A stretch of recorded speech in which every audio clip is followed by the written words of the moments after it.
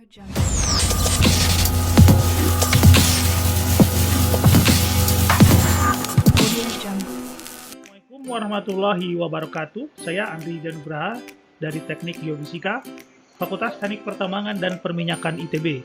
Pada kesempatan ini, saya akan memaparkan mata kuliah mikroseismik mengenai aplikasi monitoring mikroseismik di lapangan geotermal untuk tomografi atenuasi. Contoh studi tomografi atenuasi untuk mencitrakan struktur atenuasi seismik, QP, QS, dan rasio QP per QS menggunakan data mikroseismik pada lapangan geotermal.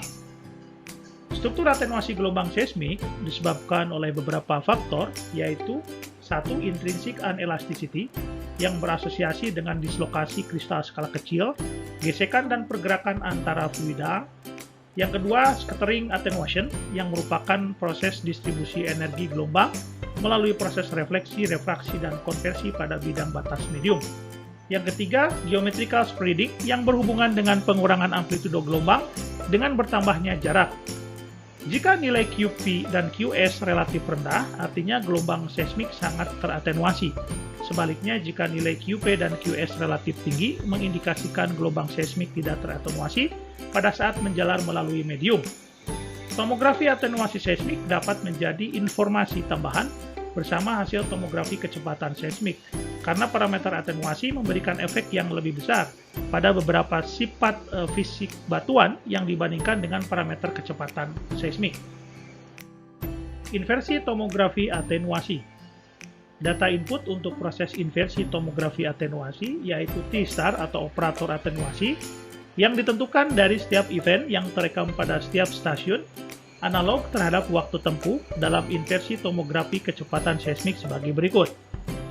T-star sama dengan T dibagi Q, di mana T merupakan waktu tempuh dari stasiun ke penerima, Q merupakan faktor kualitas. Dengan mengasumsikan model sumber omega square dari Brun tahun 1970, spektra amplitudo kecepatan hasil observasi untuk event I yang terekam pada stasiun J diekspresikan sebagai berikut.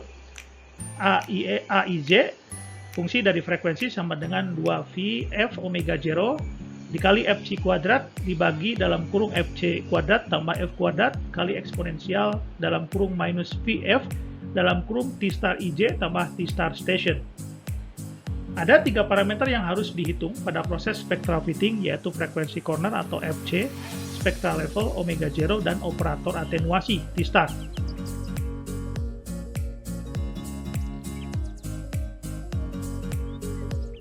Contoh proses spectral fitting. Contoh penentuan nilai operator atenuasi gelombang P, T star, spectral level omega 0, frekuensi corner FC dari data seismogram mikroseismik pada lapangan geotermal. Ya, kita lihat di sini yang warna kotak hijau ini merupakan length of time untuk spektra background noise, sedangkan yang kotak biru ini merupakan length of time window untuk spectral fitting penentuan T star P. Ya, kita ambil di sekitar waktu tiba gelombang P beberapa detik gitu ya. Nah, kemudian ini hasil dari fast Fourier transformnya, di mana yang warna hijau merupakan spectral amplitude untuk background noise, yang warna biru kurva ini merupakan warna dari sinyal atau observe dari spektral amplitudo, sedangkan yang warna merah ini merupakan model spektral amplitude yang diperoleh dari persamaan sebelumnya. Nah, di sini dilakukan penentuan nilai dari T-star. Di sini diperoleh sama dengan 0,06 katakanlah. Kemudian corner frekuensinya 8,1 Hz dan omega 0-nya 289,1 ya. Berikut contoh tomogram rasio PP per PS versus tomogram rasio QP QS ya. Nah, ini contoh ilustrasi penampang vertikal tomogram dari struktur rasio PP per PS ya yang diperoleh dari hasil inversi tomografi waktu tempuh. Dan yang B nanti kita lihat itu adalah struktur rasio QP per QS yang melewati zona produksi pada lapangan geotermal hasil dari inversi tomografi atenuasi ya.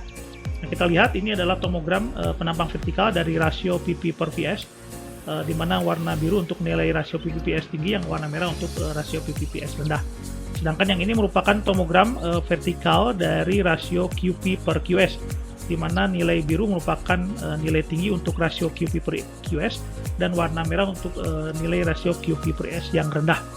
Nah, kita lihat, kita bisa mendeliniasi dan mengkarakterisasi reservoir ya. Katakanlah di sini ada zona steam yang ditandai dengan nilai rasio PP per VS rendah gitu ya. Kemudian berpadanan dengan rasio QP dan QS juga rendah ya untuk zona steam. Nah, kemudian juga ada interpretasi lainnya. Nah, saya kira struktur dari rasio PP per VS maupun rasio QP per QS bisa saling melengkapi untuk melakukan interpretasi. Demikian materi pada pertemuan kali ini. Terima kasih. Wassalamualaikum warahmatullahi wabarakatuh.